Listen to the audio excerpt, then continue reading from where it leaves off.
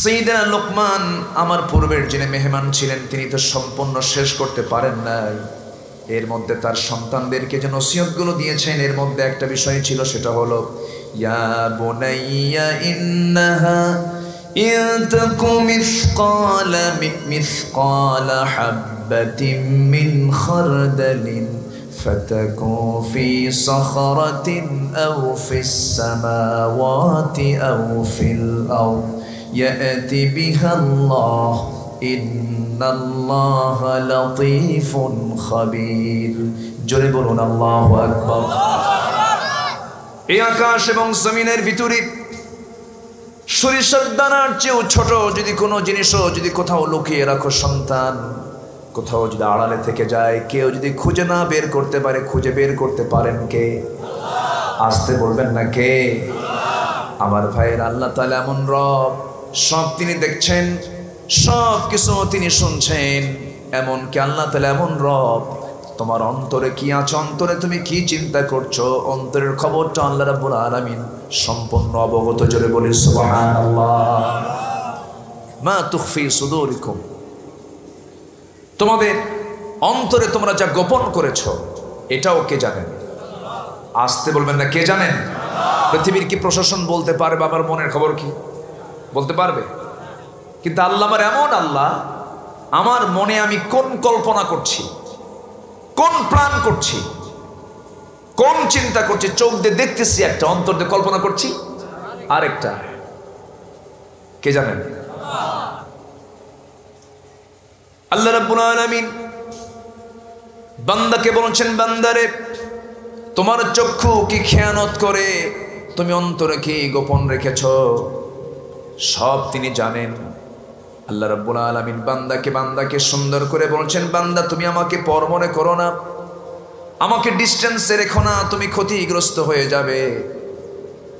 আল্লাহ রাব্বুল আলামিন এমন রব, যিনি আমাকে দেখবেন না এমন রব তিনি নন, যিনি আমাকে শুনবেন না তিনি এমন রব নন।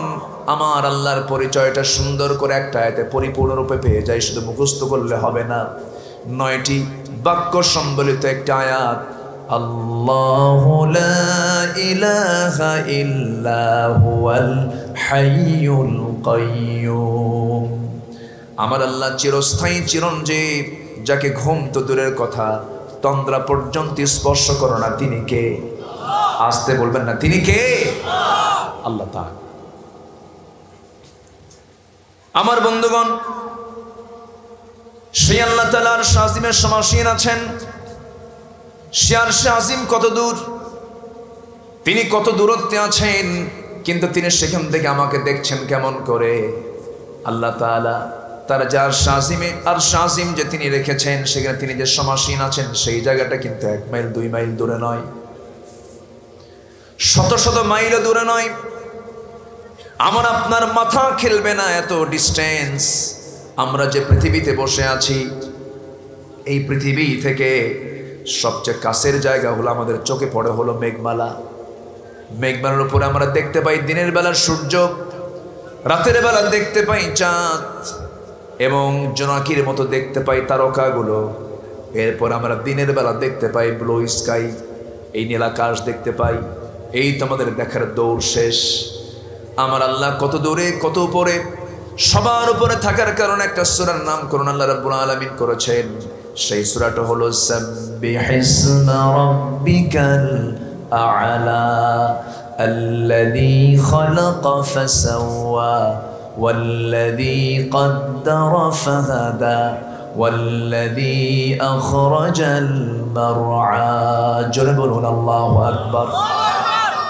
তুমি তোমার সেই মহান রবের পবিত্রতা ঘোষণা করো, সেই মহান রবের তোমরা তাসবিহ জপো, যিনি সবার উপরে, তিনি শুধু উপরে না সবার উপরে। এখানে আলেম ওলামা আছেন। আলা মানে হলো উপর, আলা মানে কি? উপর। আলা ইসমে তাফসীরের সিগা, সুপারলেটিভ ডিগ্রি, শুধু উপরে না সবার উপরে, সবার উপরে তিনি। সাব্বিহিসমা রাব্বিকাল আ'লা, সেই মহান রবের তুমি পবিত্রতা ঘোষণা করো, যিনি সবার উপরে। সেই মহান রবকে তুমি জানার চেষ্টা করো, কত উপরে তিনি। আমরা যে সূর্য দেখতে পাই, সূর্য বড় না পৃথিবী বড়? বলেন সূর্য বড় না পৃথিবী বড়? সূর্য বড়, কিন্তু দেখতে দেখতে সূর্যটাকে ছোট মনে হয়। মনে হয় কোনো মেহমান এসেছেন। জি, বসুন, মানুষকে আগায় নেব। লোকজন আসলে তো আমার দেশে আবার একটা ট্র্যাডিশন আছে, ভালো আছে। আমার দেশে একটা ট্র্যাডিশন হলো জুমার আজান হয় হলো 12:15টায়, মুসল্লি হাজির হয় কখন? একদম নামাজ যখন শুরু হবে তার আগে। খুব সময় সচেতন আমরা, তাই না? এটা আমাদের ডিস্টার্ব করছে না। ফ্যান দেওয়া যাবে, ফ্যান দিয়ে।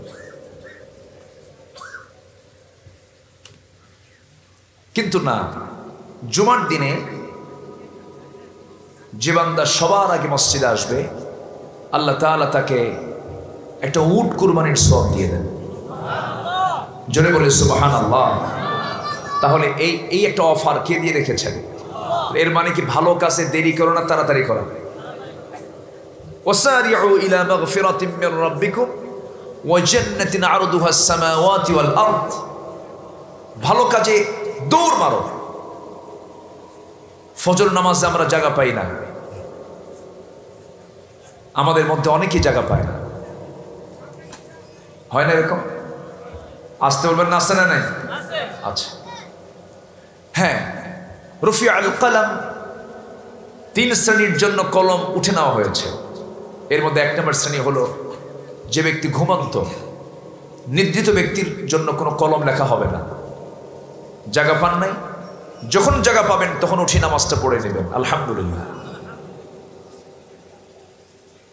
নাম্বার 2 হলো শিশু ব্যক্তির জন্য, শিশুর জন্য কোনো কলম হবে না, কলম লেখা হবে না, কলমকে তুলে নেওয়া হয়। রুফি আল কালাম, কলম তুলে নেওয়া হয়েছে।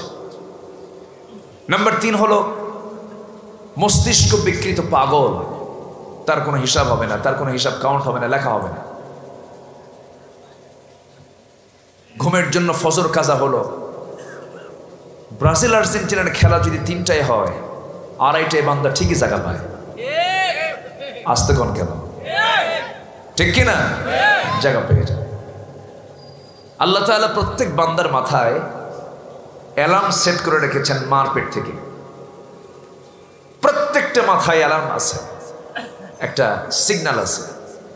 ওই সিগন্যালে যদি আপনি সিগন্যাল 1 করে যদি আপনি বিছানায় চলে যান যে আমি আজকে ফজর নামাজ পড়ার জন্য 5:45-এ উঠব, এই সিগন্যালটা যদি আপনি 1 করে ব্রেনের সেট আপ দিয়ে যদি আপনি ঘুমিয়ে পড়েন, আপনি ঠিক ওই সময় উঠবেন।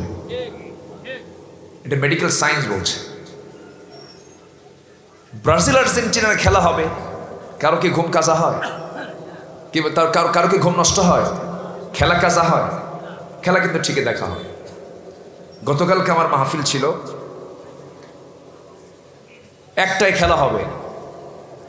মাহফিল কমিটির অনুরোধ, হুজুর 12টার মধ্যে মাহফিল শেষ করে। আমার কথা কি বুঝতেছেন আপনারা? কি সংকট, কি ক্রাইসিস! খেলা হচ্ছে ব্রাজিল আর্জেন্টিনা, ব্রাহ্মণবাড়িয়া 2 গ্রুপে সংঘর্ষে একজন শহীদ। নাকি শহীদ তো নাকি? অথচ সে জানে না ব্রাজিলে প্রকাশ্যে আজান নিষিদ্ধ, আর্জেন্টিনায় প্রকাশ্যে আজান নিষিদ্ধ। তুমি কাকে ফলো করছো? যে সমস্ত খেলোয়াড়গুলো সমকামিতাকে নিষিদ্ধ করার জন্য কাতার যে শক্ত ভূমিকা রেখেছে, বলেছে কোনো সমকামিতা কাতারের মাটিতে চলবে না। খেলা খেলতে এসেছো, খেলা দেখতে এসেছো, কোনো সমকামিতা বৈধতা দেওয়া যাবে না। মুখে হাত দিয়ে খেলার আগে ওরা প্রতিবাদ করেছে যে আমাদেরকে কেন সমকামিতার অনুমতি দেওয়া হলো না। চিন্তা করুন, যারা বিকৃত যৌনাচারে ব্যস্ত, যারা কওমে লূতের উত্তরসূরি, যে সমকামিতা একটা নিকৃষ্ট প্রাণী, কুকুর, শৃগাল, বিড়াল, একটা জীবজন্তুর মধ্যে যেই নিকৃষ্ট যৌনাচার নাই, সেটা আজকে পৃথিবীর সেরা সৃষ্টি মানুষের মধ্যে কিছু একটা গ্রুপ, তারা এটাকে বৈধতা দিচ্ছে। আমেরিকার পার্লামেন্টেও সমকামিতার আইনকে পাশ করা হয়েছে। সম্মানিত ভাইয়েরা, তাদের পক্ষে কোনো মুসলমান কি কথা বলতে পারে? আপনি কাকে ভালোবাসছেন? আপনার ঈমান তো কখন চলে যাবে আপনি নিজেও টের পান না। মান আহাব্বা লিল্লাহ ওয়া আবগাদা লিল্লাহ ওয়া আ'তা লিল্লাহ ওয়া মানআ লিল্লাহ ফাকাদ ইসতাকমালাল ঈমান। আমি কাউকে ভালোবাসবো আল্লাহর জন্যই ভালোবাসবো, কাউকে ভালোবাসবো না আমি আল্লাহর জন্যই ভালোবাসবো না।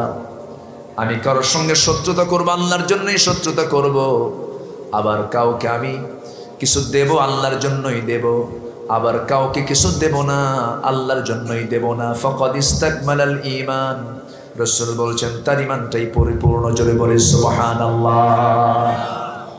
ভালোবাসবো কার জন্য? আসতে বলুন, কার জন্য ভালোবাসবো? আল্লাহর জন্য। চিন্তা করা যায়,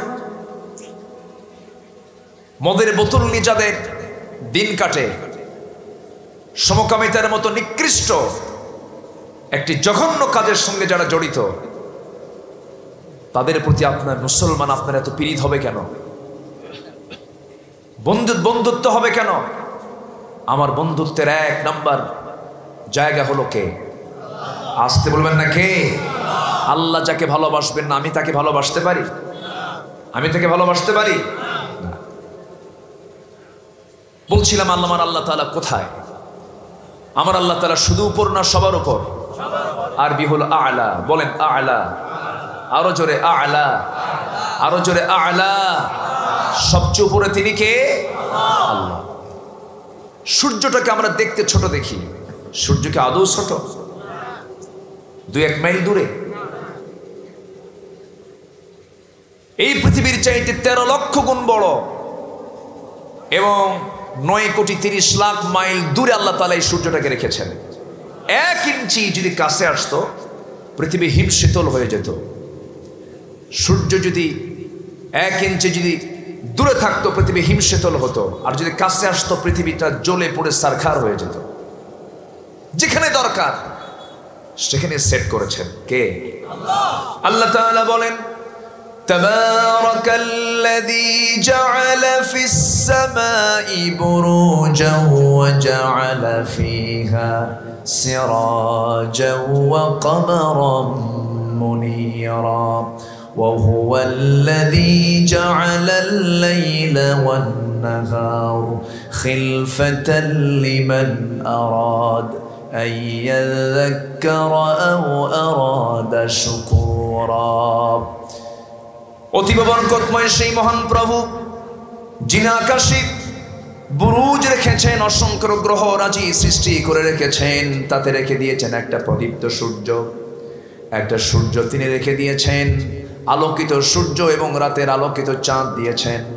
আল্লাহ তাআলা বলছেন এরপরে তিনি সেই মহান রব যিনি রাতকে দিনের স্থলাভিষিক্ত করেছেন, দিনকে রাতের স্থলাভিষিক্ত করেছেন। তিনি কে বলেন? আল্লাহ তাআলা। আবার সেই সূর্যের চাইতে আমরা রাতের বেলা যে মিটিমিটি করে জোনাকির মতো তারকাগুলো জ্বলতে দেখি, এই তারকাগুলো সূর্যের চাইতে ছোট না বড়? আসতে বলবেন না, ছোট না বড়? শুধু বড় না, অনেক বড়, অনেক গুণে বড়। বেটেল জুইস নামে একটা তারকা আছে, যে তারকা সূর্যের চাইতে 33 কোটি গুণ বড়। কত কোটি বলেন? 33 কোটি গুণ বড়। এরকম তারকা বেটেল জুইস, সুপারনোভা, আড্রা, প্রক্সিমা সেন্টারায়ের মতো এই সমস্ত তারকাগুলো এক একটা গ্যালাক্সির মধ্যে রয়েছে 500 বিলিয়ন করে। 500 বিলিয়ন, মিলিয়ন না, 500 বিলিয়ন তারকা আছে এক একটা গ্যালাক্সির ভিতরে। 33 কোটি গুণ বড়। সূর্যের চাইতে একটা তারকা এরকম কোটি কোটি বিলিয়ন বিলিয়ন। এই তারকাগুলো মহাশূন্যকে সেট করে রেখেছেন বলেন? আল্লাহ তাআলা সেট করে রেখেছেন। এই তারকার দেশ পৃথিবীর কোনো মানুষ যেতে পারে নাই, তবে চাঁদের দেশে মানুষ গিয়েছে।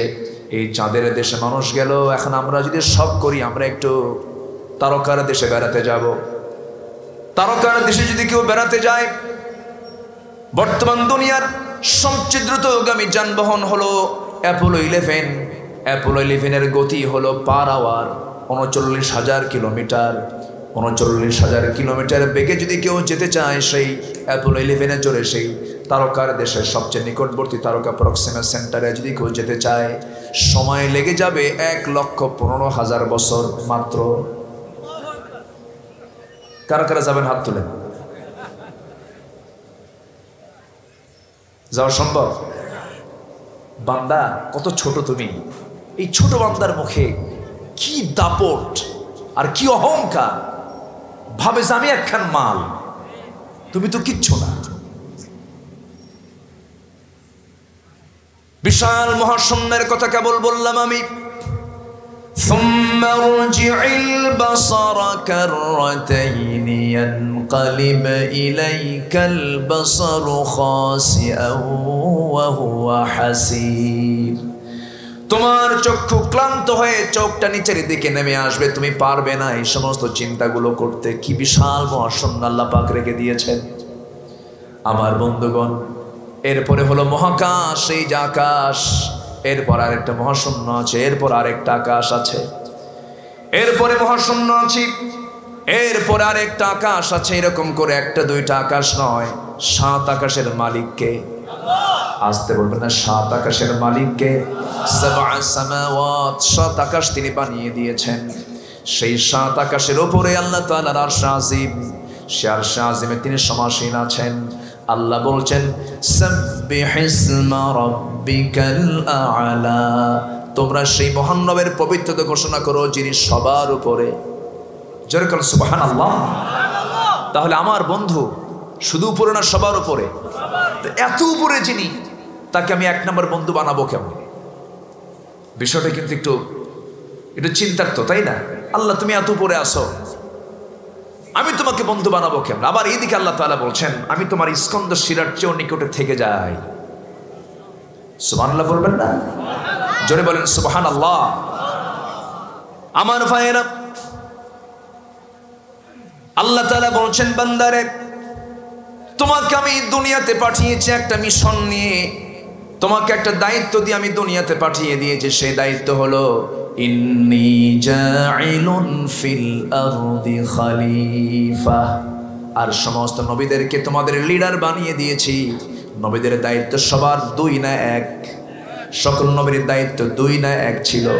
এক ছিল আন ইয়াবুদুল্লাহ ওয়াজতানিবুত তাগুত, ইবাদত করতে হবে আল্লাহ তাআলার, তাগুতকে পরিহার করে চলতে হবে। এটাই ছিল সকল নবীর একক দাওয়াত, একক এবং অভিন্ন দাওয়াত, এক এবং অভিন্ন দাওয়াত ছিল তাদের।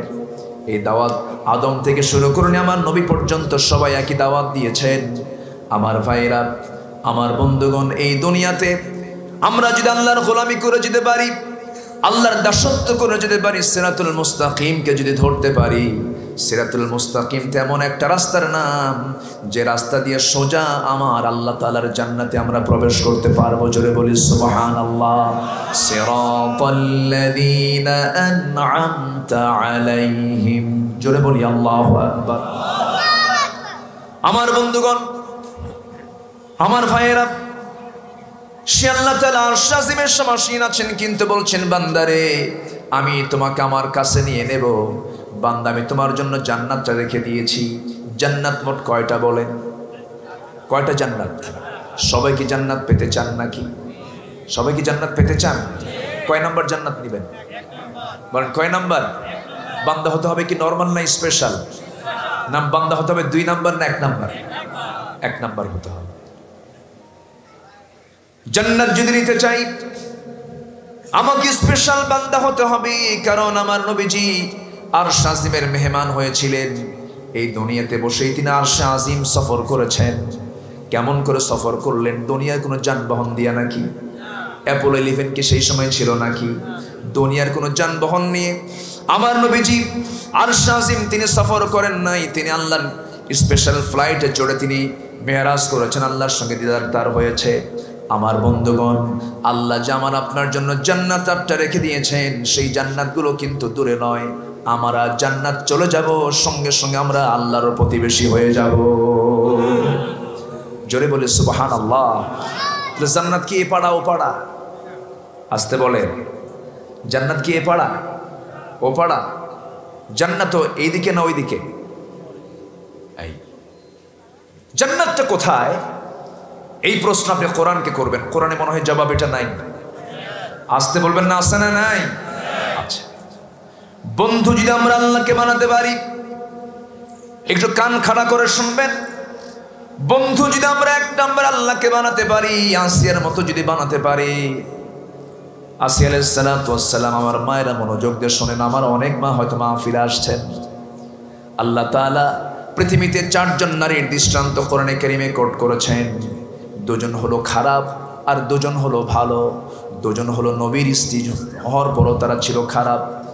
ইমরাত নূহ ওয়া ইমরাত লূত। লূত আলাইহিস সালাতু ওয়াস সালামের স্ত্রী ছিল এবং নূহ আলাইহিস সালামের স্ত্রী ছিল, 2 জনই কাফেরা।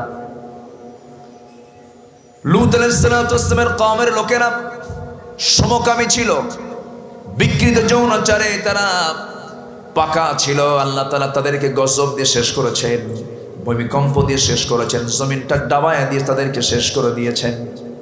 আমার বন্ধুগণ, সেই কওমে লূতের বিকৃত আচরণের পক্ষে তার স্ত্রী কাজ করেছে। একজন নবীর স্ত্রী হওয়ার পরেও নূহ আলাইহিস সালাতু ওয়াস সালামের স্ত্রী, তার সে নবীর স্ত্রী হওয়ার পরেও সে নবীর বিরুদ্ধে কথা বলেছে। আবার আল্লাহ তাআলা 2 জন নারীর দৃষ্টান্ত দিয়েছেন, ইমরাত ফিরআউন। আরেকজন হলেন ওই মহিলা যার জীবনে কোনো পুরুষের ছোঁয়া স্পর্শ করে নাই, যিনি কোনো স্বামীর নিয়ন্ত্রণেও ছিলেন না, যার কোনো স্বামীও ছিল না, কিন্তু আল্লাহ তাআলা তাকে এমন সম্মান মর্যাদা দান করেছেন। আল্লাহ তাআলা তাকে স্বামী ছাড়া সন্তান দিয়েছেন। তিনি একজন নবীর মা ছিলেন। তিনি কে বলেন? বলেন তিনি কে বলেন? মারিয়াম আলাইহিস সালাতু ওয়াস সালাম। এই মারিয়ামকে আল্লাহ তাআলা গোটা পৃথিবীর নারীদের জন্য মডেল বানিয়ে দিয়েছেন। আসিয়া আলাইহিস সালাতু ওয়াস সালামকে মডেল বানিয়ে দিয়েছেন। মডেল কেমন করে বানালেন দেখেন। এই মারিয়াম শুধুমাত্র দিন গ্রহণ করার কারণে, কি বলে, আসিয়া আলাইহিস সালাতু ওয়াস সালাম শুধু দিন গ্রহণ করার কারণে পরিবার থেকে বাধা আসলো, সমাজ থেকে বাধা আসলো, রাষ্ট্র থেকে বাধা আসলো। সমস্ত বাধাগুলো এই আসিয়াকে কেন্দ্র করে, সব বাধা যখন তার সামনে মুখোমুখি হয়ে গেল, সমস্ত বাধাকে তিনি ডিঙ্গিয়ে বললেন, সমস্ত বাধাকে আমি প্রতিহত করলাম, প্রয়োজনে জীবন দিয়ে দেব, কিন্তু ঈমান নামক সম্পদ আমি হারাবো না। জোরে কোন সুবহানাল্লাহ। আমার বন্ধুকে, আসতে বলবেন না, আমার বন্ধুকে আল্লাহ তাআলা। আসিয়া আলাইহিস সালাতু ওয়াস সালাম আল্লাহকে বন্ধু বানালেন কেমন করে দেখেন। যখন তিনি আল্লাহর দ্বীন গ্রহণ করলেন, মূসা আলাইহিস সালাতু ওয়াস সালামের কাছে আসা আসমানি কিতাব তাওরাতকে যখন তিনি ফলো করলেন, কালিমা যখন পড়ে নিলেন, ফেরাউন বলছে, আসিয়া শুনলাম ভাই তুমি নাকি দ্বীন গ্রহণ করে নিয়েছো, মূসার দ্বীন নাকি গ্রহণ করেছো। আসিয়া আলাইহিস সালাতু ওয়াস সালাম মুস্কি হাসি মেরে বলছেন, স্বামী গো, দ্বীন তো মূসার নয়, দ্বীন হলো কার? আসতে বলবেন না, দ্বীন হলো কার? আল্লাহ তাআলার। আল্লাহর দ্বীনকে আমি গ্রহণ করে নিয়েছি, মূসার তো দ্বীন নয়। আমি তো মূসার কোনো কর্মকাণ্ডকে আমি বিশ্বাস করি নাই, কারণ মূসার তো নিজের কোনো দ্বীন নয়।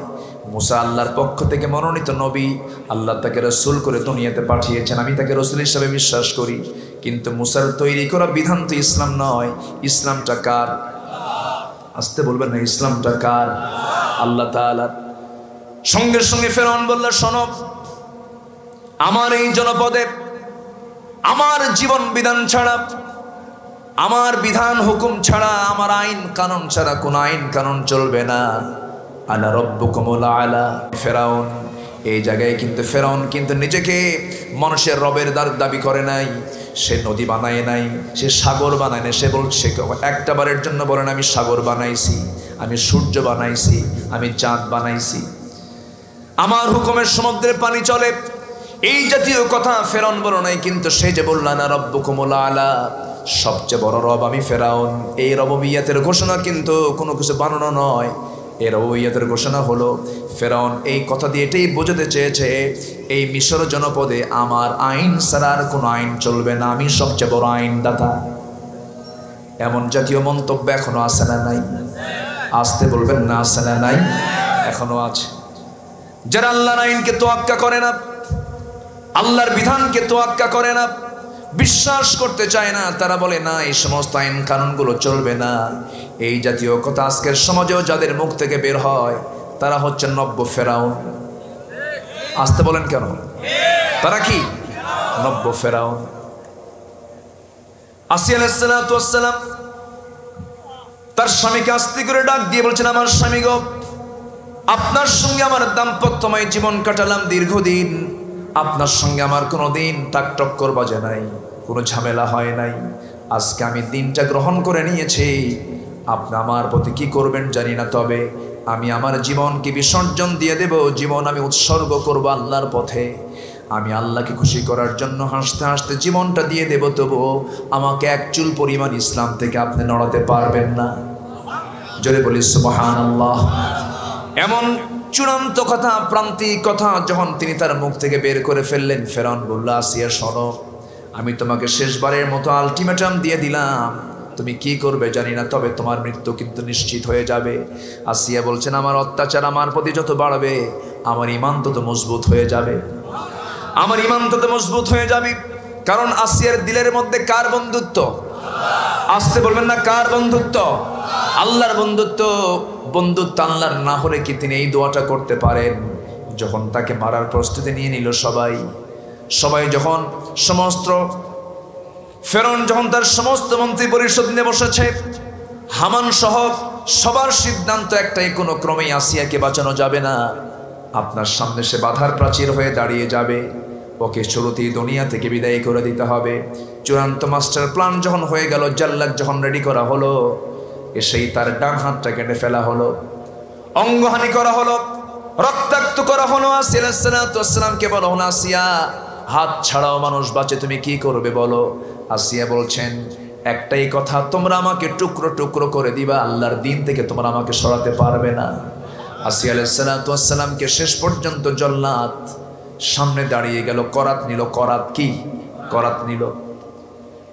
অধিকাংশ তাফসীর এসেছে, করাতটা নিয়ে যখন তার মাথার কাছে না হলো, মাথা থেকে যখন শুরু করবে করাত দিয়ে যখন তার মাথাটা চিরে ফেলা হবে, তিনি দেখছেন যে কোনো মুহূর্তে আমি দুনিয়া থেকে বিদায় নিয়ে নিচ্ছে, রক্তাক্ত দেহ নিয়া। একটু হাতটা উঁচু করে আকাশের দিকে, চোখটা উঁচু করে, চোখটা আকাশের দিকে নিয়া, চোখ অশ্রু ভেজা চক্ষু নিয়া আল্লাহর কাছে যে দোয়াটা করেছেন, সেই দোয়া আল্লাহর দরবারে এত সুন্দর মঞ্জুর হয়ে গেছে, এটা ওই মানুষের পক্ষে কখনো বলা সম্ভব নয় যতক্ষণ না সে তার আল্লাহকে এক নম্বর বন্ধু না বানাতে পারবে। এত সুন্দর করে তিনি চাইলেন, কি সুন্দর তিনি দোয়াটা করলেন। সেই দোয়াটা আল্লাহ রাব্বুল আলামিন, তার কিতাব ছিল তাওরাত, অথচ তার দোয়াটা স্থান পেল কোরআনে কারীমের ভিতরে। সূরা তাহরিমের মধ্যে তিনি সুন্দর করে দোয়া করছেন। কি দোয়া দেখেন, এত সুন্দর করে দোয়া করছেন, রব্বি বিনিলি ইনদাকা বাইতান ফিল জান্নাহ ওয়া নাজ্জিনি মিন ফিরআউনা ওয়া আমালিহি। আয় আল্লাহ তাআলা, তুমি আমার জন্য বানিয়ে দেবে ইনদাকা, তোমার কাছে। ইনদাকা মানে তোমার কাছে। কাকে বলতেছেন? কাকে বলতেছেন? বন্ধু কয় নাম্বার? আসতে বলবেন না, বন্ধু কয় নাম্বার? রব্বি বিনিলি ইনদাকা, তুমি আমার জন্য বানায় দেবে ইনদাকা, তোমার কাছে। বাইতান, বুয়ুতুনের বহুবচন, বাইতান অসংখ্য ঘর আমি নেব না, আমাকে তুমি একটা ঘর, ছোট্ট ঘর দিবা, ইনদাকা তোমার কাছে, ফিল জান্নাহ, জান্নাতের মধ্যে। কিন্তু জান্নাত এমন জায়গায় চাই যে জান্নাতটা তোমার কাছে থাকবে। জোরে বলে সুবহানাল্লাহ। জান্নাত কার কাছে? আসতে বলবেন না, কার কাছে? আল্লাহর কাছে। ইনদাকা বাইতান ফিল জান্নাহ, আমি তোমার কাছে ছোট্ট একটা ঘর জান্নাতের মধ্যে পেতে চাই। ওয়ানাজ্জিনি মিন ফিরাউন, এবং তুমি আমাকে ফেরাউন থেকে বাঁচাও, তার অপকর্ম থেকে আমাকে বাঁচাও। এই দোয়া করলেন। দোয়া করতে করতে জীবন প্রদীপ নিভে গেল। দুনিয়া থেকে বিদায় নিয়ে দুনিয়ার সমস্ত নরনারীকে এটাই শিক্ষা জানান দিলেন, ও দুনিয়ার সকল ইমানদারেরা, বন্ধুত্ব যদি করতে হয় এমন বন্ধুত্ব গড়ে তোলো, তোমার এক নম্বর বন্ধু কার সাথে? আসতে বলবেন না, কার সাথে? আল্লাহর সাথে। পৃথিবীর সব দরবার ব্যর্থ, কোন দরবার আমাকে 100% কোনো কিছু দিতে পারবে না, কিন্তু যিনি আমাকে 100% দিতে পারবেন তিনি আমার কে বলেন? আমার চোখ দিয়েছেন কে? আমার কান দিয়েছেন কে? আমার হাত দিয়েছেন কে? আমার পা দিয়েছেন কে? আমার কিডনি দিয়েছেন কে, আমার লাংস দিয়েছেন কে, আমার হার্ট নিয়ন্ত্রণ করেন কে, আমার রক্ত প্রবাহ, আমার রক্তনালী চালান কে? আল্লাহ তাআলা আমার সবকিছু চালান। এই দুইটা চোখ দিয়েছেন, এত দামি দুইটা চোখ আল্লাহ রাব্বুল আলামিন দিয়ে দিলেন। এই চোখ যেন নষ্ট না হয়, চোখের মধ্যে আল্লাহ তাআলা প্রত্যেকটা চোখে 20 লক্ষ করে পার্টস দিয়েছেন, পেছনে 1,70,000 করে রগ দিয়েছেন, এবং চোখের মধ্যে আল্লাহ তাআলা অটো মেশিন দিয়েছেন। আমার চোখে যেন ভাইরাস না ঢোকে সেই জন্য অয়েন্টমেন্ট দিয়ে রেখেছেন চোখের ভিতরে। মার পেট থেকে সেই মেশিন নিয়ে চলে এসেছি। আমার বন্ধুগণ, ধুলাবালি চোখের মধ্যে ঢুকলেই চোখ থেকে কি বের হয়? আসতে বলুন, কি বের হয়? এই পানিটা বের হওয়ার মেশিন আছে না নাই? এই মেশিনটা কে চালান? আসতে বলবেন না, কে চালান? আল্লাহ চালান। ওই মেশিনটা আল্লাহ তাআলা চালু করে দেন যেন বান্দার চোখ যেন নষ্ট না হয়ে যায়। আমার এক বন্ধু মালয়েশিয়ায় থাকে, মালয়েশিয়া গিয়েছিলাম, বন্ধুর চট করে হাতটা ধরলাম, হাত ধরে দেখি এখানে মেশিন লাগানো হাতে। বললাম, বন্ধু তোমার হাতে এটি কিসের মেশিন? বলতেছে, আমার কিডনি দুটাই নষ্ট হয়ে গেছে। কিডনি যখন নষ্ট হয়ে গেছে তখন মেশিনটা লাগাই দিয়েছে। আর কি করতে হয়? সপ্তাহে একদিন হসপিটালে যেতে হয়, ডায়ালিসিস করতে হয়। হাত দুই হাতে ইনজেকশন ঢুকায় দেয়, সমস্ত রক্তগুলো ডায়ালিসিস মেশিনের মধ্যে নিয়ে ফাটায় দেয়।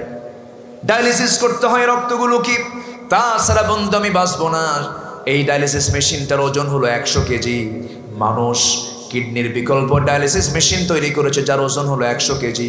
আল্লাহ তাআলা প্রত্যেকটা বান্দার দেহের মধ্যে 2টা করে মেশিন দিয়েছেন, কিডনি দিয়েছেন, যার মধ্যে 10 লক্ষ 20 লক্ষ সাকনি দিয়ে দিয়েছেন, এবং সেই কিডনির ওজন মাত্র 200 গ্রাম। একটু জোরে বলি সুবহানাল্লাহ। কত গ্রাম? আর মানুষ বানাইছে কয় কেজি বলেন? 100 কেজি। আমাদের ওজন কয় কেজি? আমাদের ওজন হলো 80 কেজি। যদি এমনটা হতো, আল্লাহ তাআলা আমার ওজনটা 80 কেজি করে দিয়েছেন কিন্তু কিডনিটা ভিন্ন, তাহলে কিডনির ওজন যদি 100 কেজি হয়, আপনি চলবেন না কিডনি নিয়ে চলবেন? অসুবিধা হতো। আল্লাযী খালাকা ফাসাওয়া, আল্লাযী খালাকাকা ফাসাওয়াকা ফাআদালাক ফি আইয়ি সূরাতিন মা শাআ রাক্কাবাক। জোরে বলুন আল্লাহু আকবার।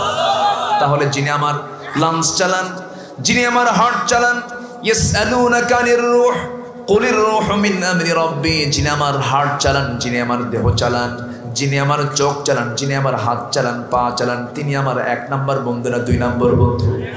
আমার 1 নম্বর বন্ধুকে চোখ বানিয়ে দিয়েছেন কে? কান বানিয়ে দিয়েছেন কে? চোখ দিয়ে দেখে কে? আল্লাহ। আল্লাহ দেখে চোখ দিয়ে না? আচ্ছা, সূর্যের তাপ কি আমার মুখে লাগতেছে নাকি? এ তো চরম অসুবিধা হয়ে গেল। সম্মানিত ভাইরা, একটা ছাতা ধরলে মনে হতো একটু দাঁড়ায়। সম্মানিত উপস্থিতি, কষ্ট হচ্ছে নাকি আপনাদের? জিকির করুন লা ইলাহা, আরো জোরে লা ইলাহা, আরো জোরে লা ইলাহা,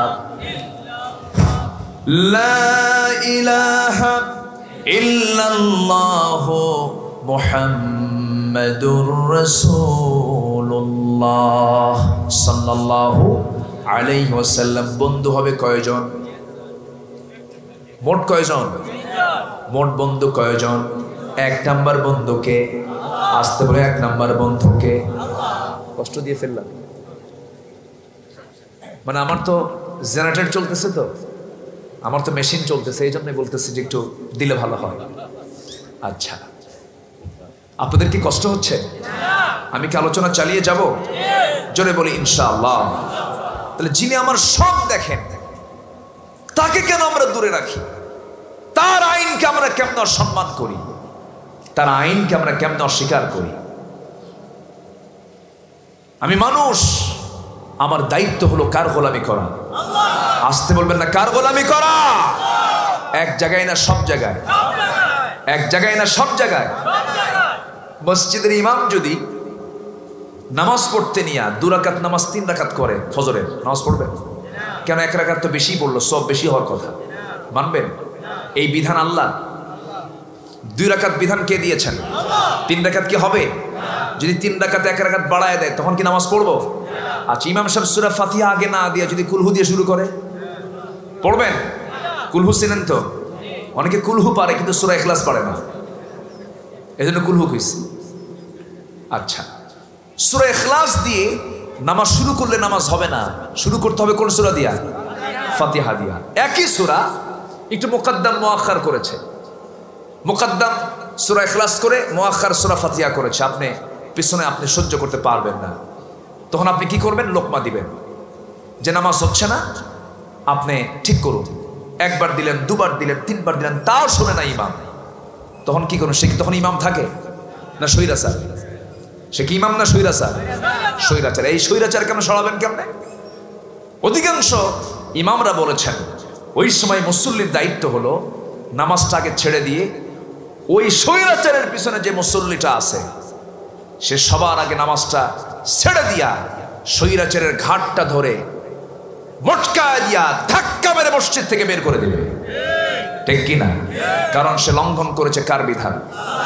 আসতে বলবেন না, কার বিধান?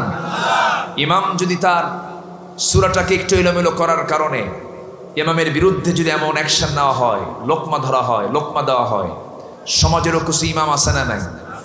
আসতে বলবেন না, আছে না নাই? এরা যদি আল্লাহর বিরুদ্ধে কোনো আইন তৈরি করে, আল্লাহর বিরুদ্ধে যদি কোনো কথা বলে, সেই জায়গায় ঘাড় মটকায় দেওয়া তো ইমানের দাবি, ঠিক কিনা? এই জায়গায় তো আমরা চুপ থাকি, এই জায়গায় তো আমরা কথা বলতে পারি না। এই জায়গায় কথা বলতে গেলেই তা'মুরুনা বিল মা'রুফ ওয়া তানহাউনা আনিল মুনকার, এই কাজ আপনি যখন করতে যাবেন তখন আপনাকে শুনতে হবে গালিগালাজ, তখন আপনার উপরে আসবে হামলা মামলা, তখন আপনার উপর আসবে ঝড় ঝাপটা, তখন আপনার উপরে বাতিলদের রক্তচক্ষু আপনাকে চড়াও করে আপনাকে তাড়া দেওয়ার চেষ্টা করবে, হত্যা করার চেষ্টা করবে, আপনার বিভিন্ন হুমকি ধামকি আপনার সামনে চলে আসবে। কিন্তু এক পায়ে দাঁড়িয়ে দাঁড়িয়ে যেতে হবে কার জন্য? আসতে বলবেন না, কার জন্য? আল্লাহর জন্য। শুধু নামাজ 5 ওয়াক্ত আদায় করার জন্য এত বড় কোরআন নাজিলের কোনো প্রয়োজন ছিল না। আপনি 5 ওয়াক্ত নামাজ পড়বেন, আমার রাসূল 5 ওয়াক্ত শুধু নামাজ পড়বেন, আবু জেহেল রাষ্ট্র চালাবে, তা হতে পারে না। আপনি শুধু 5 ওয়াক্ত নামাজ পড়বেন, সমাজে সুদ চালু থাকবে, জিনা চালু থাকবে, মদের বোতল চালু থাকবে, এটা হতে পারে না। সম্মানিত ভাইয়েরা, আল্লাহ তাআলা আমাকে যে ডিউটি দিয়েছেন সেই ডিউটি আমাকে পালন করতে হবে, তাহলে বন্ধুত্বের হক আদায় হবে। আমার বন্ধুকে আসতে বলবেন, আমার বন্ধুকে 1 নম্বর আল্লাহ, নম্বর 2 হচ্ছেন মুহাম্মদ সাল্লাল্লাহু আলাইহি ওয়াসাল্লাম, তাকে বন্ধু বানাতে হবে। রাসূল হচ্ছেন আমার 2 নম্বর বন্ধু। আল্লাহকে যদি পেতে চাই সরাসরি আল্লাহকে পাওয়া যাবে না। আল্লাহকে যদি আমরা মোহাব্বত করতে চাই আমরা আল্লাহকে সরাসরি পাবো না। আল্লাহকে পাওয়ার জন্য একটা মাধ্যম দেওয়া হয়েছে, সেটা হলো আল্লাহ তাআলা বলেছেন, লাকাদ কানা লাকুম ফি রাসূলিল্লাহি উসওয়াতুন হাসানাহ, তোমাদের জন্য উত্তম আদর্শের বাস্তব নমুনা কেউ নন, তিনি হচ্ছেন মুহাম্মদ সাল্লাল্লাহু আলাইহি ওয়াসাল্লাম। আবার আরেক জায়গায় কমন আয়াত যারা পারেন ঠোঁট মিলিয়ে মিলে আমার সঙ্গে বলুন, সব পেয়ে যাবেন। ইন কুনতুম তুহিব্বুনাল্লাহা ফাত্তাবিউনি ইউহিব্বুকুমুল্লাহ ওয়া ইয়াগফির লাকুম যুনুবাকুম ওয়াল্লাহু গফুরুর রহিম। কি মুহাম্মদ से वफा तूने तो हम तेरे है, ये है जहाँ चीज़ है क्या लौह कलम तेरे है। मुहम्मदকে যদি ভালোবাসো, ভালোবাসা পাবে আমার লৌহ কলম লুফিবে তোমরা। মাটির পৃথিবী সেকন ছাড় সব কিছু পেয়ে যাবে, শর্ত হলো রসুলকে জীবনের চাইতে মোহাব্বত কম করতে হবে না বেশি করতে হবে? কম না বেশি? আল্লাহকে বেশি মোহাব্বত করতে হবে, রসুলকে বেশি মোহাব্বত করতে হবে। ভালোবাসার 4টা স্তর। 1 নম্বর ভালোবাসা হবে কার সাথে? নাম্বার 2 হলো মুহাম্মদ সাল্লাল্লাহু আলাইহি সাল্লাম তার সাথে, এবং নাম্বার 3 হলো যারা ঈমানদার। আল্লাহ তাআলা বলছেন, ইন্নামাল মুমিনুনা ইখওয়া ফাআসলিহু বাইনা আখওয়াইকুম ওয়াত্তাকুল্লাহ। জোরে বলুন আল্লাহু আকবার। মুমিনরা হলো ভাই ভাই, এদের মধ্যে তোমরা কোনো গন্ডগোল করতে যেও না, ইসলাহ করো, সংশোধন করো। এবং সংশোধন করতে নিয়ে তোমরা ভয় করো কাকে? আসতে বলবেন না কাকে? আল্লাহকে। এজন্য 2 নম্বর বন্ধু হবেন আমার নবী মুহাম্মদ সাল্লাল্লাহু আলাইহি ওয়াসাল্লাম। বন্ধু হওয়া মানে নবীজি যে মডেলটা দিয়েছেন আমার আপনার জন্য, রাসূল যেমন করে খেয়েছেন, রাসূল যেমন করে ঘুমিয়েছেন, রাসূল যেমন করে ব্যবসা করেছেন, রাসূল যেমন করে চাকরি করেছেন, রাসূল যেমন করে নামাজ পড়েছেন, রাসূল যেমন করে পরিবার চালিয়েছেন, রাসূল যেমন করে সমাজ চালিয়েছেন, রাসূল যেমন করে রাষ্ট্র চালিয়েছেন, তার উল্টা করে কোনো কিছু চালালে এটা মহব্বত হবে, এটা বন্ধুত্ব হবে। রাসূল যা করেছেন আমাকে তাই করতে হবে। যেমন দেখেন আমার দেশের কিছু যুবকরা এখন খেলা চলছে, দেখবেন যুবকদের গায়ে জার্সি আছে না নাই বলেন? এই জার্সি পরেছে কেন? এই জার্সি তার প্রিয় দলের জার্সি, প্রিয় লোকটা জার্সিটা পরে, এটা তার মহাব্বত, এটা তার মহাব্বত, ঠিক কিনা বলেন? এটা তার মহাব্বত। একজন প্রশ্ন করতেছে আমাকে, হুজুর জার্সি, খেলার জার্সি পরে কি নামাজ পড়া জায়েজ আছে? দেখেন প্রশ্নের সাইজ দেখেন, জার্সি ছাড়বে না, প্রয়োজনে খেলা মানে প্রয়োজনে নামাজ ছাড়বে, জার্সি ছাড়বে না। জার্সি পরে কি খেলা জায়েজ আছে? আমাকে এক যুবক প্রশ্ন করতেছে বেশ কিছুদিন আগের কথা ফোনে, হুজুর একটা মেয়ের সাথে আমার দীর্ঘদিনের 2 বছরের রিলেশন, সম্পর্ক, অনেক গভীর সম্পর্ক হুজুর আমাদের সাথে, কিন্তু মেয়েটা আমাকে শেষ পর্যন্ত ফাঁকি দিয়ে চলেই গেল, হুজুর ওর কি এর জন্য গুনাহ হবে না? প্রশ্নের সাইজ দেখছেন আপনি?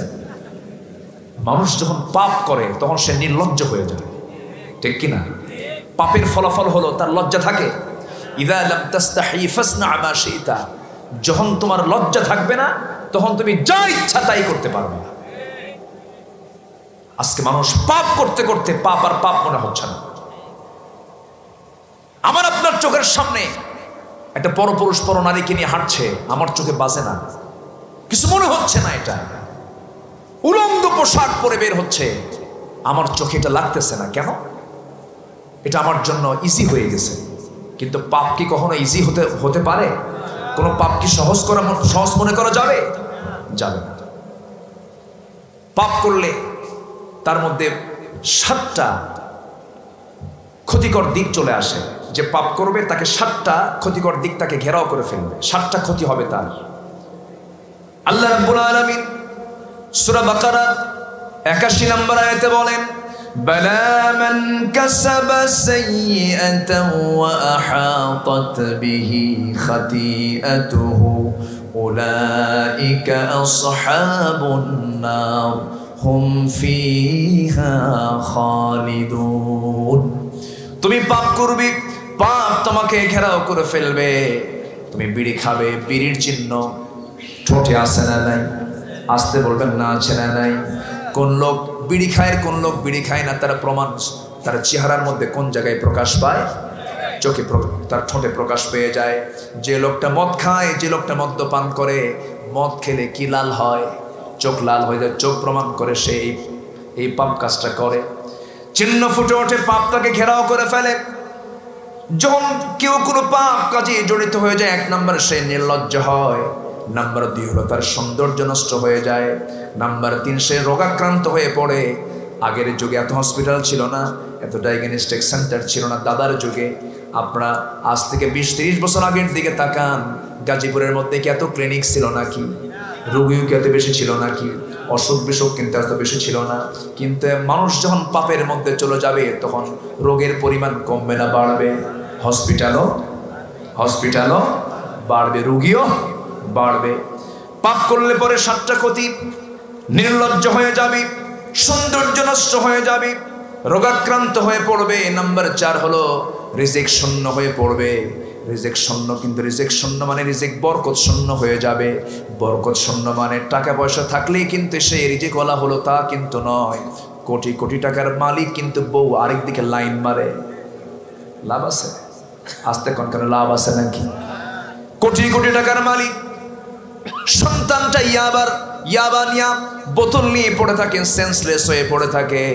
কোটি কোটি টাকার মালিক, মেয়েটা বিপদগামী হয়ে আছে। এই রিজিক কোনো রিজিক না, এটা বরকত শূন্য রিজিক।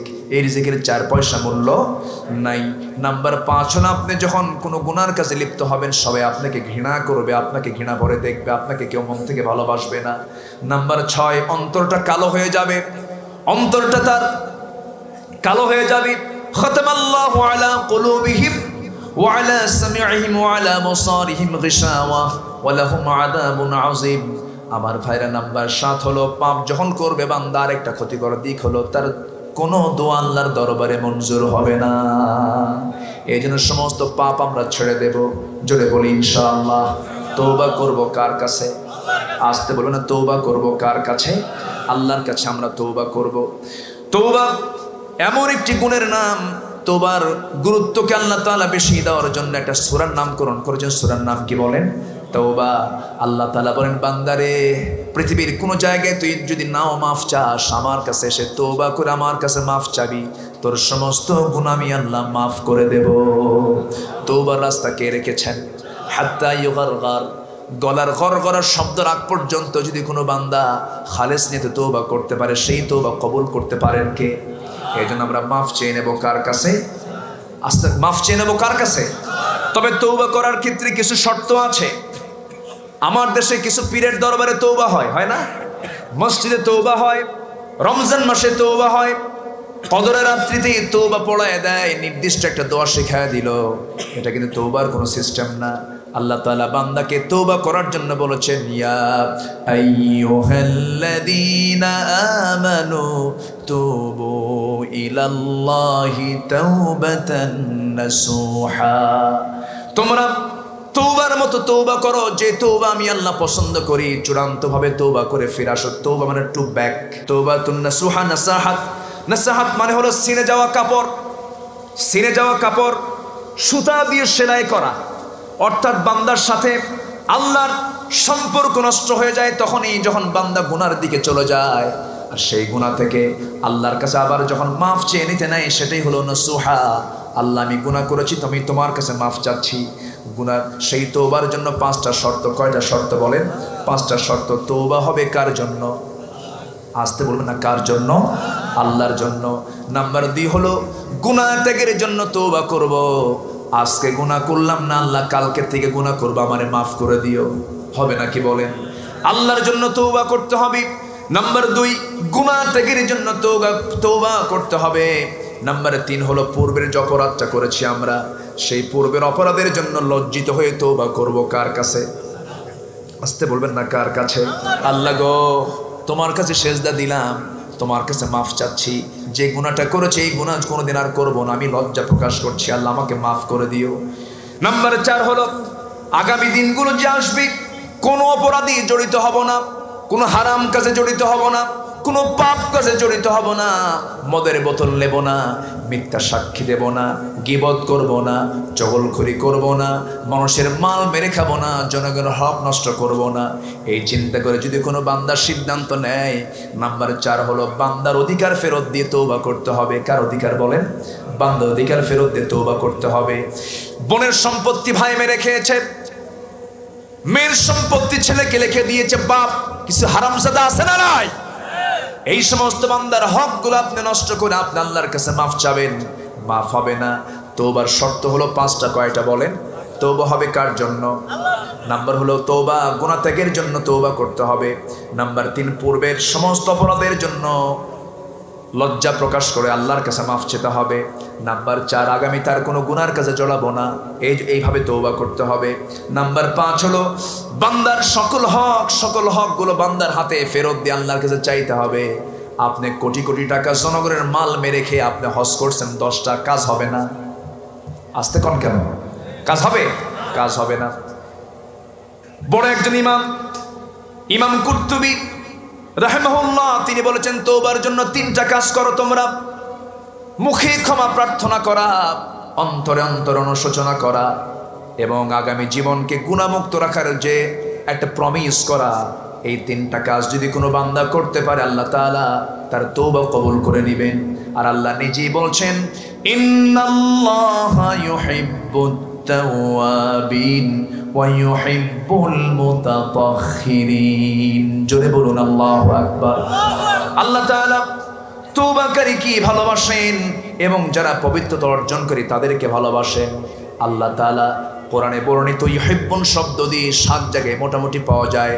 আল্লাহ 7 শ্রেণীকে ভালোবাসেন। কয় শ্রেণী বলেন?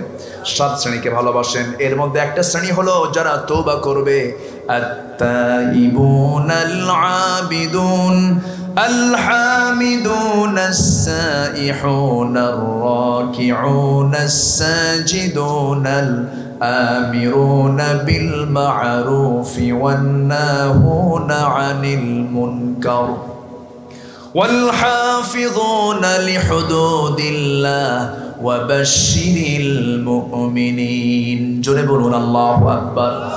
আল্লাহ তাআলা বলেন, হে রাসূল আপনি মুমিনদেরকে জান্নাতের সংবাদ দিয়ে দেন। 9টা গুণ যারা অর্জন করবে এর মধ্যে 1 নাম্বার গুণ হলো আত-তাইবুন, যারা তওবা করবে। কার কাছে? তওবা করার জন্য কয়টা শর্ত বলেছি? 5টা শর্ত বলেছি, মনে রেখে আমরা তওবা করে নেব। জোরে বলি ইনশাআল্লাহ।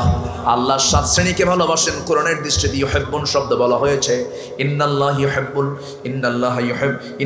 ইউহিব্বুন শব্দ দিয়ে আল্লাহ তাআলা 7 জায়গায় বলেছেন। এর মধ্যে 2টা বলে ফেললাম। তওবাকারীকে ভালোবাসেন এবং পবিত্রতা যারা অর্জন করবে তাদেরকে ভালোবাসেন। পবিত্রতা 2 প্রকার। একটা হচ্ছে পেশাব হলে পরে সেখান থেকে বাঁচতে হলে সেটাও পবিত্রতা। পায়খানা করলাম, পবিত্রতা অর্জন করা। ওযু করা, সহবাসের কাজে চলে গেলে সেখান থেকে নাপাকি থেকে দূর করার জন্য গোসল করে নেওয়া, এটা একটা নাপাকি থেকে পবিত্রতা অর্জন করা। আর একটা পবিত্রতা, আর একটা অপবিত্রতা হলো, সেটা হলো যে সমস্ত বান্দা গোসল করে গোসলের জন্য নয়, পেশাব পায়খানার জন্য নয়, কিছু নাপাকি আছে। সেই নাপাকি হলো যেমন কোনো বান্দা যদি শিরিকের কাজ করে ফেলে তখন সে কি হয়ে যায়? ইন্নামাল মুশরিকুনা নাজাসুন, ইন্নামাল মুশরিকুনা নাজাসুন। যারা মুশরিক তারা হবে নাপাক। কার কথা? আসতে বলবেন না, কার কথা? আল্লাহর কথা। যদি কোনো বান্দা তার জীবন থেকে শিরকের মতো নাপাক কাজ থেকে যে বান্দা নিজেকে পরহেজ করবে, আল্লাহ তাআলা ওয়াদা করেছেন। আল্লাহ তাআলা বলছেন, আল্লাহ তাআলা সুন্দর করে বলছেন, ওয়াল্লাযীনা আমানু ওয়া লাম ইয়ালবিসু ঈমানাহুম বিযুলমিন উলাইকা লাহুমুল আমনু ওয়া হুম মুহতাদুন। যে বান্দা ঈমান আনবে এবং জুলুম থেকে নিজের জীবনকে পরহেজ রাখবে, শিরক থেকে নিজের জীবনকে পরহেজ রাখবে, সেই বান্দা নিরাপদ থাকবে, সে হেদায়েত প্রাপ্ত হয়ে যাবে। এই জন্য আল্লাহ তাআলা শিরকের সমস্ত গুনাহগুলো ছাড়া, আল্লাহ তাআলা শিরকের গুনাহ আল্লাহ তাআলা কখনো মাফ করবেন না। সমস্ত গুনাহ আল্লাহ তাআলা মাফ করতে পারেন, কিন্তু শিরকের গুনাহ মাফ হবেই না। কার কথা? আসতে বলুন না, কার কথা? কারণ শিরকটা হলো নাপাক। শিরকটা কি? নাপাক, মারাত্মক নাপাকি কাজ। যেরকম চাওয়ার ক্ষেত্রে আমার যদি কোনো কিছু চাইতে হয়, ওয়াইলাস্তাআনতা ফাস্তাইন বিল্লাহ, তুমি যখন চাইবা কার কাছে? আল্লাহর কাছে চাবে। কিন্তু সেই চাওয়ার ক্ষেত্রে আপনি আল্লাহকে না বলে মাঝখানে একটা মাজারে গিয়ে মাজারে সেজদা দিয়ে বললেন, ও বাবা বিপদে পড়ছি, তোমার মাধ্যম দিয়ে একটু আল্লাহর কাছে চাইতেছি। ঈমান থাকলো নাকি? সে পাক না নাপাক? আসতে বলে, পাক না নাপাক? তাহলে পেশাব লাগলে পায়খানা লাগলেই কিন্তু নাপাক হয় না। নাপাক হওয়ার আরো কারণ আছে না নাই? আসতে বলবেন না, আছে না নাই? ওযুর ফরজ কয়টা? ওযু ভঙ্গের কারণ কয়টা? 7টা। আমরা সবাই কম বেশি ওযুর ফরজটাও জানলাম, ওযু ভঙ্গের কারণটাও জানলাম, কিন্তু আমরা জানলাম না ঈমান ভঙ্গের কারণগুলো কয়টা। ঈমান ভঙ্গের কারণ কয়টা এটা কিন্তু আমরা অনেকেই জানি না। আমি আজকে সময় নাই, যেহেতু 10টা কারণ আছে ঈমান ভঙ্গের, আমার জানা মতে যতটুকু আমি পড়াশোনা করেছি। 10টা কারণে ঈমান নামক এই বিশাল একটা সম্পদ ভঙ্গ হয়ে যায়, নষ্ট হয়ে যায়, নাপাক হয়ে যায় সেই বান্দা। এর মধ্যে 1 নাম্বার কারণ হলো সেই বান্দার ঈমানটা নষ্ট হয়ে যায় সঙ্গে সঙ্গে যখন বান্দা কি করে? বলেন কি করে? শিরিক করে। শিরিকের গুনাহ আল্লাহ রাব্বুল আলামিন কখনো মাফ করবেন না। আরো 9টা কারণ আছে, শুনবেন। নামাজ বাদ দিয়া নামাজ পড়তে হবে না? পড়বো তো নামাজ নাকি? জোরে বলি ইনশাআল্লাহ। একটু পড়ে নাকি? একটু যদি পড়ে পড়া হয়, এখানে আজানটা একটু পড়ে হোক, কোনো অসুবিধা না? আবার ফতোয়া জারি হবে? এই মাহফিল কি প্রত্যেক দিন হবে? না। আমি একটু সময় এক্সটেন্ড করছি, কারণ আমার আলোচনাটা একটু শেষ করতে পারিনি আমি। কোন সূরা থেকে আমি কথা বলছিলাম বলেন তো? মায়দা থেকে। আল্লাহ তাআলা বলছেন তোমাদের বন্ধু হবে কয়জন? মোট 3 জন। 1 নাম্বার কে? ইন্নামা ওয়ালিয়ুকুমুল্লাহু ওয়া রাসূলুহু, এবং তার রাসূল। রসুল কেন বন্ধু বানাতে হবে? রসুলকে না বন্ধু বানালে আল্লাহকে পাওয়া যাবে না। ওয়াল্লাযীনা আমানু, এবং যারা ঈমানদার, যারা কি ঈমানদার। আল্লাহ রাব্বুল আলামিন বলেন ঈমানদারকে বন্ধু তুমি কেন বানাবি? আল্লাহ তাআলা আরেক জায়গায় বলছেন ইন্নাল্লাহা ইউহিব্বুল্লাযীনা ইউকাতিলুনা ফি সাবিলিহি সাফফান কাআন্নাহুম বুনয়ানুম মারসুস। আল্লাহ তাআলা সেই বান্দাকে সবচেয়ে বেশি ভালোবাসেন যারা ঈমানদারেরা পরস্পরে বন্ধুত্বের প্রাচীর গড়ে তোলে। সীসা ঢালা প্রাচীরের মতো তারা কাতারবদ্ধ হয়ে যারা বাতিল শক্তির মোকাবেলা করে। বাতিল শক্তির মোকাবেলা করতে নিয়ে একা করতে হবে না, সবাইকে নিয়ে করতে হবে। এই জন্য বন্ধুত্বের দরকার আছে না নাই? আসতে বলবেন না, আছে না নাই? সেই বন্ধুত্বের সেই গুণ, সেই ইমানদারের আবার গুণও তুলে ধরেছেন। সেই ইমানদার কখনো ইমানদার নয় যার মধ্যে তিনটা গুণ থাকবে না। কোন ইমানদার? আল্লাহ তাআলা বলছেন তারা ইমানদার আল্লাযীনা ইউকিমুনাস সালাহ ওয়া ইউতুনাস যাকাতা ওয়া হুম রাকিউন। ওই সমস্ত বান্দাগুলো আমার কাছে তারা ইমানদারের সার্টিফিকেট পেয়ে যাবে যারা তিনটা কাজ করবে। এক নাম্বার হলো নামাজ কায়েমের সংগ্রাম যারা করবে। নামাজ আদায় করতে কেউ বাধা দেবে না। আপনি আমেরিকায় যান, জো বাইডেন আপনাকে নামাজ পড়তে দেবে। আপনি ইউরোপে চলে যান, ইংল্যান্ডে যান, ঋষি সুনাক আপনাকে নামাজ পড়তে বাধা দেবে না। নরেন্দ্র মোদীর দেশে যান, নামাজ পড়তে বাধা দেবে না। কিন্তু আপনি যখন নামাজ কায়েমের কথা বলবেন, বাধা আছে না নাই? আসতে বলবেন না, আছে না নাই? ইমানদার তো তারাই হবে তোমার বন্ধু যারা নামাজ কায়েমের সংগ্রাম করবে, যারা যাকাত দেবে। আমার দেশে যাকাত চালু না সুদ চালু? যাকাত না সুদ? সুদটা চালু আছে। আল্লাহ বলছেন না, ইমানদার সুদের কারবার করতে পারে না। যাকাত যারা দিবি ওহুম রাকিউন, এবং রুকু করবে কার কাছে বলেন? আল্লাহর কাছে। এই তিনটা গুণ যাদের মধ্যে আছে এই সমস্ত ইমানদারকে তোমরা বন্ধু বানাবে। এই বন্ধুত্বের প্রাচীর যদি তোমরা করতে পারো, এই দলকে আমি আল্লাহ, আল্লাহর দল, আমার দল ঘোষণা করে বলে দিলাম তোমরাই বিজয়ী হবে। জোরে করুন সুবহানাল্লাহ। আল্লাহ তুমি এই দুই আয়াতের অনুকূলে সবার জীবন গড়ার তৌফিক তুমি আল্লাহ দিয়ে দাও। জোরে বলি আল্লাহুম্মা আমিন। আসলে আজান হলে পরে মুসল্লিদের ভিতরে একটা ঝড় উঠে যায়, কখন আমি নামাজটা পড়বো। পেরেশানি হচ্ছে, আমি জানি। মুরব্বীরা উঠে দাঁড়াচ্ছেন যে আমার উজু নাই, উজুনে করতে হবে, নামাজ দ্বারা একটা পেরেশানি কাজ করে, পিছু টান কাজ করে। তো আমিও বুঝতে পারছি, আমি আর সময় আর ক্ষেপণ করবো না। যতটুকুন হয়েছে আমরা বলে ফেলি আলহামদুলিল্লাহ। কিন্তু দোয়া কি করবেন না? দোয়া হবে না? এই যে মুরব্বী বসেন, আমরা দোয়াটা করে যাই। আচ্ছা, একটু মেহেরবানি করে বসুন। আদবের খেলাফ কিন্তু এটা, না বলে উঠে যাওয়া। এটাকে আদব বলেন? একটা মঞ্চে আমরা বসেছি, কোরআনকে নিয়ে বসেছি, এটার আদব আছে না নাই বলেন? তা আদব আছে না? খেয়াল হলো বসলাম, খেয়াল হলো উঠলাম, এটা তো না। একটু মেহেরবানি করে বসুন, আদব তো। আমার জন্য আমি বলছি না, কোরআনের সম্মানে আমরা একটু বসে থাকি। একটু বসুন, আমরা একটু বসুন। ওজুর সুযোগ দেওয়া হবে, যথেষ্ট সময় আছে। আমরা আখির ওয়াক্তে পড়বো না, হয়তো আউয়ালে হলো না, আমরা আওসাত মাঝামাঝি একটা সময় আমরা নামাজটা পড়ে নেবো। জোরে বলি ইনশাআল্লাহ। সবাই বসো। এই মাহফিল মসজিদের উদ্যোগে এই মাহফিলটা হচ্ছে। আমার অত্যন্ত কাছের, আমার স্নেহধন্য ফয়সাল, এই গ্রামের জামাই। কই জামাই কই? এই গ্রামের জামাই টক এর কাছাকাছি তার বাড়ি, এলাকার নামটা ভুলে গেলাম। আজ থেকে আরো 8-9 বছর আগে বিরুজ আলী, আমি ওই মাহফিল করতে গিয়েছিলাম 8 থেকে 9 বছর আগে, 7-8 বছর আগে। সেখান থেকে আমার সাথে তার একটা পরিচয়। আমাকে বললো, হুজুর আপনি আসছেন আমার বাড়িতে, এবার আমাকে আপনাকে নিয়ে যাবো আমার শ্বশুর বাড়িতে। ঠিক আছে, আপনি যখন বললেন আমি রাতে পারবো না, দেখেন তো দিনে করা যায় কিনা। তো দিনে এলাকায় প্রচলন একটু কম, তো আজকে এটা চালু হলো। আগামী থেকে দিনের বেলায় মাহফিল হবে। জোরে বলি ইনশাআল্লাহ। দিনের বেলার আলোচনার যে মনোযোগিতা, রাত্রে বেলায় এর মানে শিখিও থাকে না। রাতের বেলা রাত 10টার ওয়াজে আমি এই যে মজাটা পাই, তার চাইতে ডাবল মজা দিনের বেলা করা যায়। আলোচনা করে কিছু ইলমি আলোচনা করা যায়, কিছু গুরুত্বপূর্ণ কথাগুলো বলা যায়। তো ভালো, তারা আয়োজনটা করেছে। তো এই আয়োজন আপনারা খুশি হয়েছেন না বেজার হয়েছেন? সবাই খুশি হয়েছেন তো? এই মাহফিল হোক, প্রত্যেক বছর চান আপনারা এই মাহফিলটা থাকুক। 7 বছর চলতেছে, আবার সামনে বছর হোক, সবাই চান? কোরআনের আওয়াজ জমিনে চালু থাক, চান কারা কারা? একটু হাত তুলে দেখেন তো দেখি।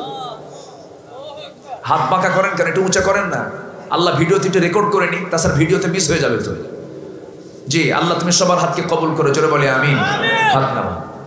তো যতগুলো হাত উঠলো সবার হাতের ছোঁয়া যদি একটু মাহফিলের পক্ষে থেকে যায়, আল্লাহর ঘরের পক্ষে যদি একটু থেকে যায়, আমার তো মনে হয় মাহফিল কমিটি ধন্য হয়ে যাবে আপনাদের সহযোগিতা পেলে পরে।